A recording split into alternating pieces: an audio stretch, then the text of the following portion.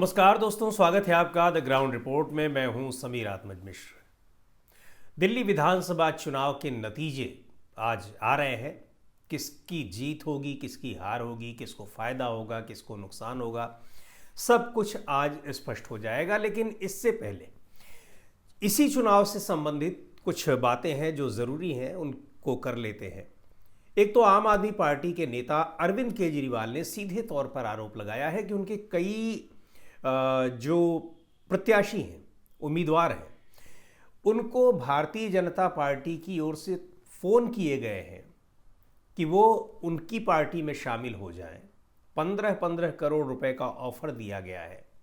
अब इसमें कितनी सच्चाई है, कितनी नहीं, हालांकि इसके बाद एसीबी यानी एंटी करप्शन ब्यूरो ने उनके यहाँ छापे भी मारे, इसको लेकर तत्काल कार्रवाई कर दी कि पता चलाए और डॉक्यूमेंट दें, तथ्य दें, प्रमाण दें। लेकिन कुछ बात नहीं हुई और अब आज नतीजे आ रहे हैं। एक दिन पहले एसीबी छापा मार रही है तो राजनीतिक दलों के नेता वो तो अपने नतीजों में बिजी होंगे, जाहिर सी बात है। लेकिन बहुत गंभीर मसला है। और अगर हम एग्जिट पोल्स की बात करें तो एग्जिट पोल्स ज़्यादातर भारतीय जनता पार्टी को जीता दिखा रहे हैं, कुछ आम आदमी पार्टी को भी जीता हुआ दिखा रहे हैं, लेकिन ज़्यादातर वही है। पर एग्जिट पोल्स पर भरोसा कितना हो, अब पिछले कई चुनाव से हम लोग लगातार देख रहे हैं कि पूरी तरह से धराशायी हो रहे हैं एग्जिट पोल्स। लेकिन इन सब के बीच भारतीय जनता पार्टी अगर ऐसा कर रही है, यानी वो एक तरह से ऑपरेशन लोटस की तैयारी उसने पहले से ही शुरू कर दी है। ये भी सुनने में आ रहा है कि आम आदमी पार्टी अपने जीते हुए विधायकों को, अगर उसकी ये पूरी एक स्पष्ट बहुमत नहीं मिलता है, स्पष्ट बहुमत का मतलब केवल 70 में से 36 सीटें ही नहीं, बल्कि अगर वो 50-55 सीटें नहीं पाती है तो वो उस स्थिति में अपने विधायकों को पंजाब में किसी जगह पर रिसोर्ट में भेजने की तैयारी में। ऐसी खबरें आ रही हैं, इसकी कोई हम पुष्टि नहीं करते हैं कि ऐसा हुआ है, लेकिन ऐसी खबरें आ रही हैं। तो ऑपरेशन लोटस एक तरफ भारतीय जनता पार्टी शुरू करने की कोशिश में है, अगर आम आदमी पार्टी की बात माने। दूसरी ओर आम आदमी पार्टी अपने विधायकों को बचाने की कोशिश में है। कांग्रेस पार्टी के साथ ऐसी कोई दिक्कत अभी समझ में नहीं आ रही है। इतनी सीटें वो जीतने नहीं जा रही है जिसकी उम्मीद है कि वो सरकार के बनाने या बिगाड़ने में भागीदारी करे। हालांकि कुछ लोगों का ये भी कहना है कि ऐसी स्थिति आ भी सकती है, लेकिन फिलहाल इस तरह अभी होता दिखाई नहीं पड़ रहा है। लेकिन एक बड़ी महत्वपूर्ण बात है, भारतीय जनता पार्टी अगर जीतती है तो वास्तव में इसकी बड़ी उपलब्धि होगी, क्योंकि 27 साल के बाद उसकी सरकार यहाँ पर बनेगी। और अगर हार गई तो फिर एक बार 5 साल के लिए वो गई।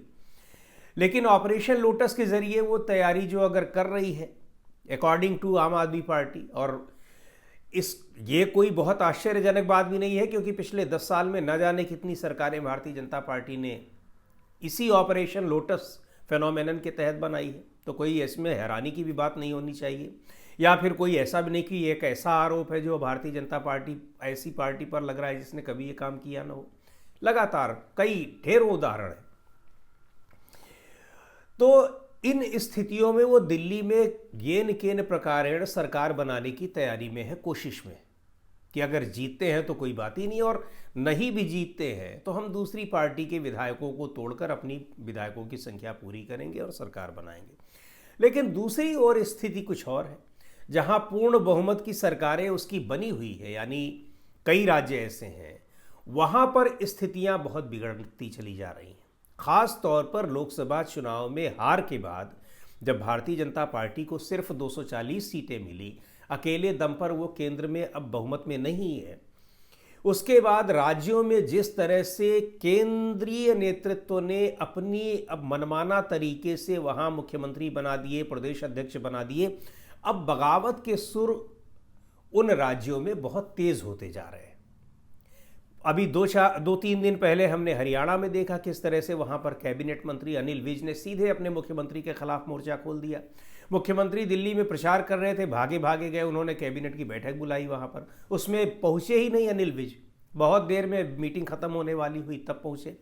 ताज़ा तरीन उदाहरण है राजस्थान का। राजस्थान में भजन लाल शर्मा को किस तरह से लॉटरी के जरिए टिकट निकाल कर बनाया गया मुख्यमंत्री, पहली बार के विधायक है, तो वहाँ उनके खिलाफ असंतोष तो है ही। लेकिन जिस तरह से वहाँ कैबिनेट मंत्री किरोड़ी लाल मीणा वो सरकार के खिलाफ मोर्चा खोले हुए हैं। बिल्कुल बगावत का बिगुल उन्होंने बजा दिया है। सीधे तौर पर वो आरोप लगा रहे हैं अपनी पार्टी पर, अपनी पार्टी की सरकार पर, मुख्यमंत्री पर, कि उनके फ़ोन टैप किए जा रहे हैं, उनकी जासूसी कराई जा रही है, उनके पीछे सीआईडी लगा दी गई है।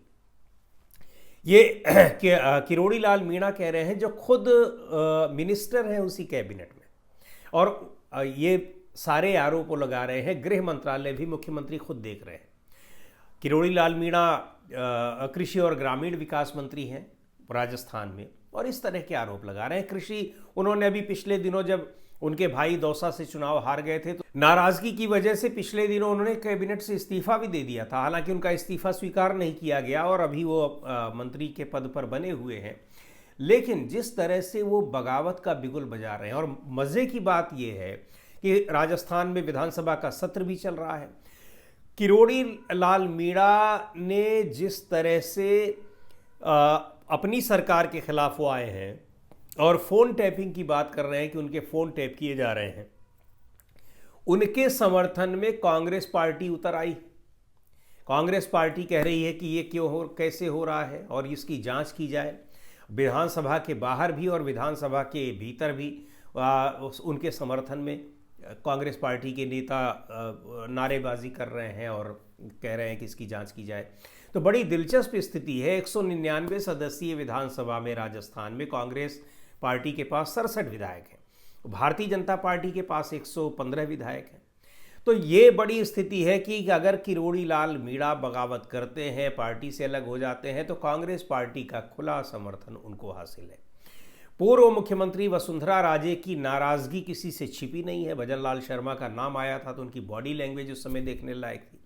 तो ये जो दबे हुए स्वर हैं बहुत से नेताओं के, जिनको तमाम लोगों को सुपरसीड कर केंद्रीय नेतृत्व में ने मनचाहा तरीके से भजन लाल शर्मा को चीफ मिनिस्टर बना दिया, तो अब जब केंद्र में कमज़ोर सरकार है तो इन राज्यों में भी बगावत सीधे तौर पर दिखाई पड़ रही है। पिछले 10 साल में हम लोगों ने किसी राज्य में ये स्थिति नहीं देखी थी, भारतीय जनता पार्टी शासित किसी राज्य में, लेकिन अब ये स्थिति लगातार देखने को मिल रही है। उधर अनिल विज के साथ साथ कई और जो नेता हैं हरियाणा में भारतीय जनता पार्टी के, जो दूसरी पार्टियों से आए नेता हैं, उनके अंदर भी असंतोष है। तो एक तरह से वहाँ भी मुख्यमंत्री नायब सिंह सैनी के खिलाफ एक माहौल पूरा बनता चला जा रहा है। महाराष्ट्र में गठबंधन सरकार चल रही है, वहाँ गठबंधन टूटने की कगार पर खड़ा ही है। वो कब टूट जाए, कब बिखर जाए, कुछ कहा नहीं जा सकता है। बिहार में स्थितियां सबके सामने हैं। इन सारी स्थितियों को देखते हुए भारतीय जनता पार्टी दिल्ली में, जहां वो 27 साल से टूटा पड़ा है और सरकार नहीं बना पा रही है, वहां सरकार बनाने के लिए किसी भी हद तक जाने को तैयार है। लेकिन इस बीच जहां उसकी सरकारें हैं, वो सरकार बिखरने को तैयार है। अब क्या होता है क्या नहीं होता है, लेकिन इसका सबसे बड़ा कारण ये है कि केंद्र में जिस तरह से नेतृत्व कमज़ोर हुआ है, लोकसभा में जिस तरह से पार्टी की पोजीशन कमज़ोर हुई है, सीटें इतनी कम आई हैं, तो अब केंद्रीय नेतृत्व के प्रति वो जो एक सम्मान था, सम्मान क्या कहें उसको, एक जो डर था, वो अब राज्यों के नेतृत्व में ख़त्म हो गया है। और केंद्र सरकार की या केंद्रीय नेतृत्व की मनमानी अब राज्यों में नहीं चल रही है। उत्तर प्रदेश में भी लगातार हम देख रहे हैं और दूसरे राज्यों में भी ये स्थितियां दिखाई पड़ रही हैं। तो अब होता क्या है वो देखने वाली बात होगी, लेकिन आज जाहिर सी बात है कि सबकी निगाहें दिल्ली विधानसभा के चुनाव के नतीजों पर है। क्या होता है उस पर नज़र रहेगी। देखते रहिए आप हमारे चैनल को। हमारे चैनल में जो आपको विश्लेषण और खबरें दी जाती हैं, आपको पसंद आ रही हों तो आप कमेंट कीजिए, अपनी राय दीजिए, और कुछ और भी अगर आप चाहते हो कि कुछ और सामग्री आपको दी जाए, आप उसके सुझाव भी हमको दे सकते हैं। तो आप अगर अब तक सब्सक्राइब न किया हो द ग्राउंड रिपोर्ट को, तो आप सब्सक्राइब भी कर लीजिए और अपने दोस्तों से भी कहिए कि ज़्यादा से ज़्यादा तादाद में सब्सक्राइब करें और अपने सुझाव भी हमें दें।